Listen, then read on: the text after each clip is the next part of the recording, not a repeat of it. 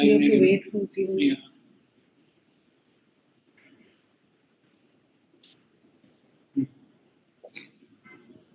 Is something going to take off when it goes to 0, 0? I just.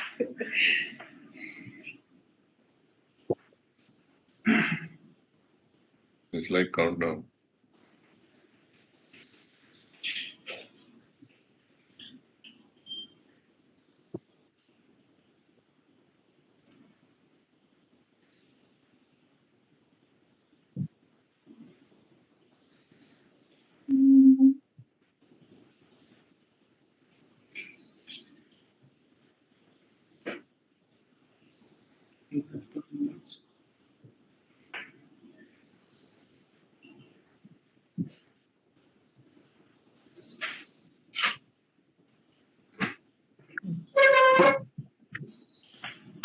Yeah. Aditya? Yes, sir. Start. Yes, sir. Good afternoon, ladies and gentlemen. On behalf of the Board of Directors of TAAL Enterprises Limited, I Aditya Oza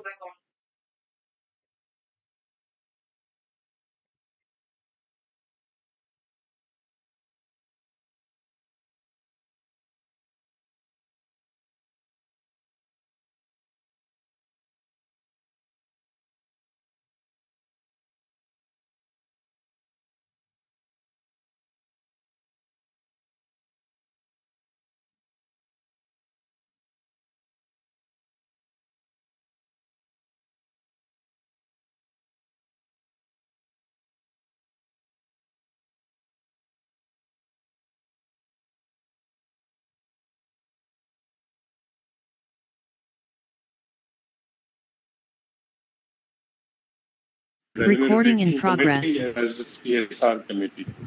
Hello, everybody. Good afternoon.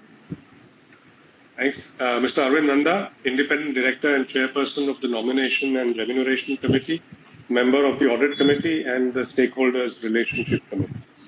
Good afternoon, everyone. Mr. Narayan Karbase, non-independent, non-executive director and chairperson of the CSR committee, member of the audit committee and nomination and remuneration committee.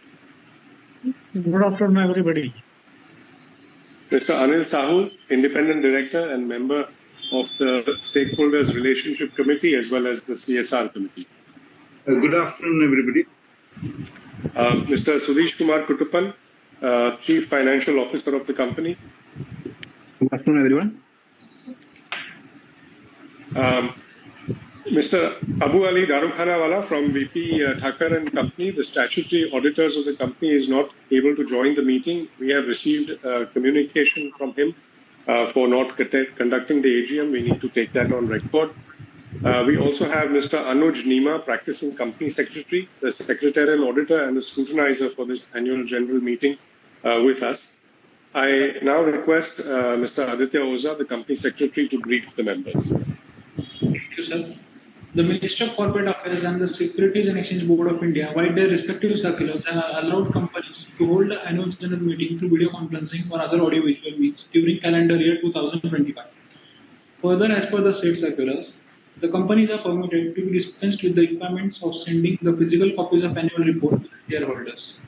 Accordingly, the annual reports of the company for FY 24-25 have been sent by electronic means to all those shareholders whose email IDs were registered with the companies or depositories or with the RTs. Now, a few instructions about the meeting. Members who have voted during the remote e-voting period may cast vote electronically during the meeting. The e-voting will end 15 minutes after the conclusion of this AGM. All members have been kept on mute. Shareholders who have registered as speakers will be unmuted once their name is called. We will respond to the queries received in due course of the meeting. Speed and working of audio-video mode for joining the meeting by the members depends on your internet capacity. I now request the chairman to kindly start with the proceedings. Thank you. Over to you, sir. Thanks, Aditya.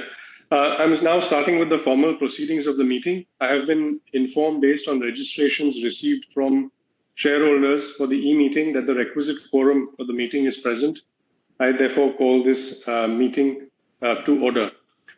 Since the meeting is through electronic means, no proxies are allowed to attend the meeting.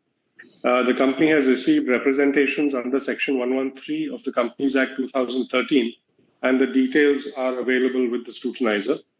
I would also like to inform everyone that the statutory registers, as required under the Companies Act 2013, will be made available upon request of the shareholders.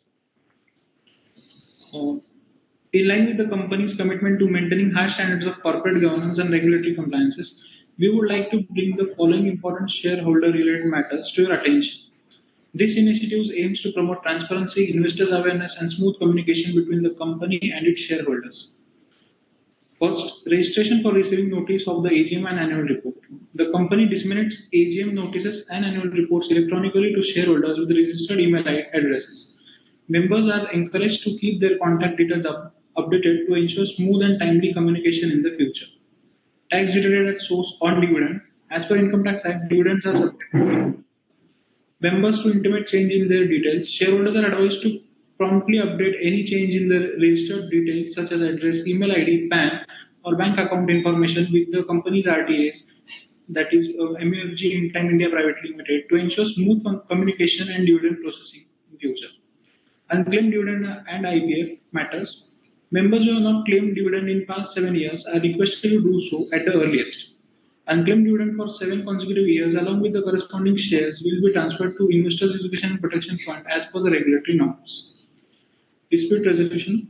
SEBI has established a common online dispute resolution portal, that is ODR portal, to raise dispute arising in Indian securities market. Post exhausting the option to resolve their grievances with the RTA or company directly and through SCORES platform, the investors can initiate dispute resolution through ODR portal. Link to access the same is available on the company's website www.taalent.co.in as per SEBI circulars. Dematerialization of shares. SEBI has mandated the listed companies to process service requests for issue of securities in dematerialized form only, and subject to folio being KYC compliant. Accordingly, the members are requested to duly file and sign Form ISR 4. The form is also available on the website of the company and at RTA's website, that is as per SEBI circulars. The shareholders are requested to take the note of same.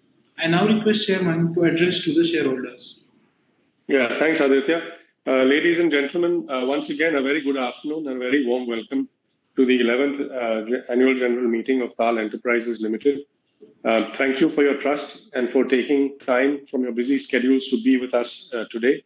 Your presence here reflects your confidence in us and therefore gives our team the encouragement to forge ahead. The last year marked a critical milestone for TAAL Enterprises in that we were finally able to complete the merger of our subsidiary TAAL Tech with ourselves.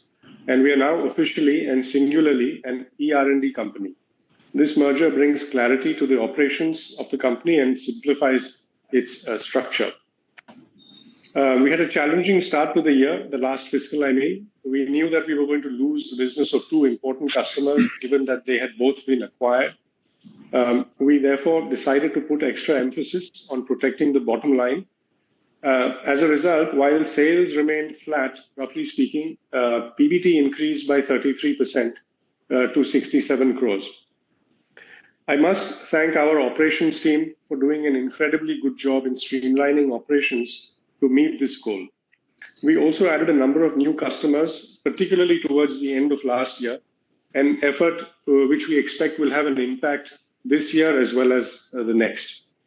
As before, your company remains focused on 3 engineering verticals: plant engineering, AEC, which is construction and infrastructure, and product engineering.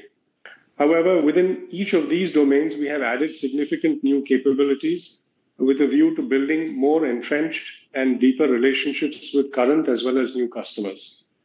In terms of geography, we continue to focus largely on Europe and the US, although we do have some exposure to the Far East as well.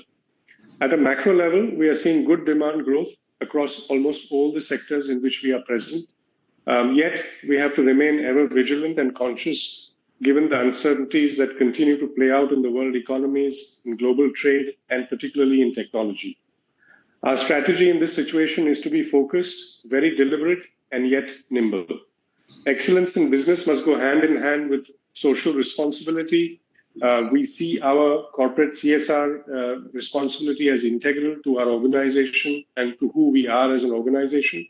We are committed to creating value that extends beyond our balance sheets to benefit the communities where we operate. Lastly, before I end, I would like to thank all our stakeholders, our board members for their oversight and guidance, our customers for their continuing loyalty and support, and last but not least, our incredible team, without whose enthusiasm and dedication, none of this would be possible. Thank you once again for being with us today. With that, I'd like to move on to the next item on the agenda. The annual report and the notice convening the 11th annual general meeting were dispatched through electronic means. With your permission, I will take the note to jump in and fill in or correct me if required. And after that, if there's still some pending questions, you can just please write in and we will try to answer them or put them on our website. Coming to the, firstly to the order book of TAAL Tech and TAAL Enterprises.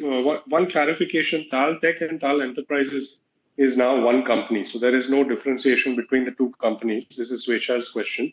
We don't have any charter business currently. We haven't had any charter business for quite some time now. So the entire income is basically almost very largely of TAAL Tech. There is hardly any TAAL Enterprise income, which was just basically other income.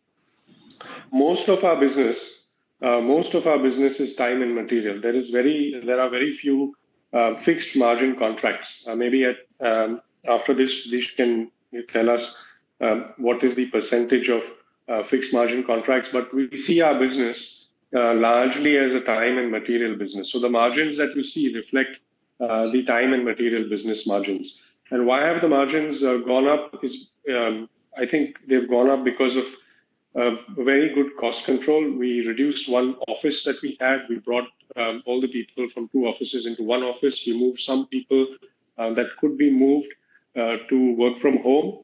And I think we've really worked that model very well. We've got people, a significant number of people working flexibly. It's improved employee satisfaction, and it's also improved our costs. That's something I believe we need to focus on as we go forward. And therefore, we do think that the margins are sustainable within a certain band.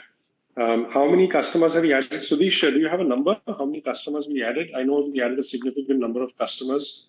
Yeah, we have added 6 customers in the last quarter. Yeah, and how many active customers do we have? I think about 65, right?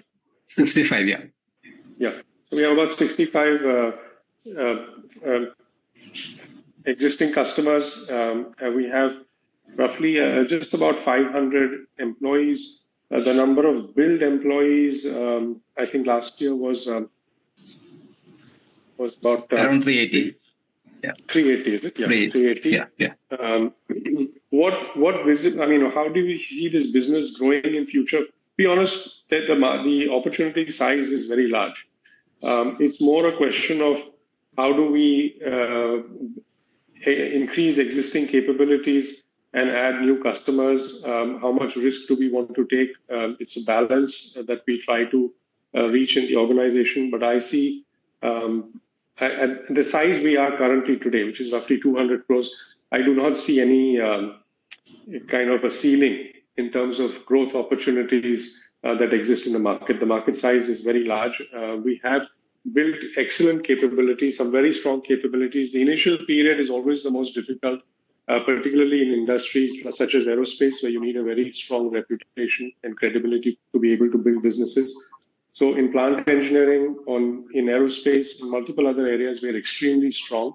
A lot of homework has been done in building a very strong foundation, and we think that there are excellent growth opportunities going forward.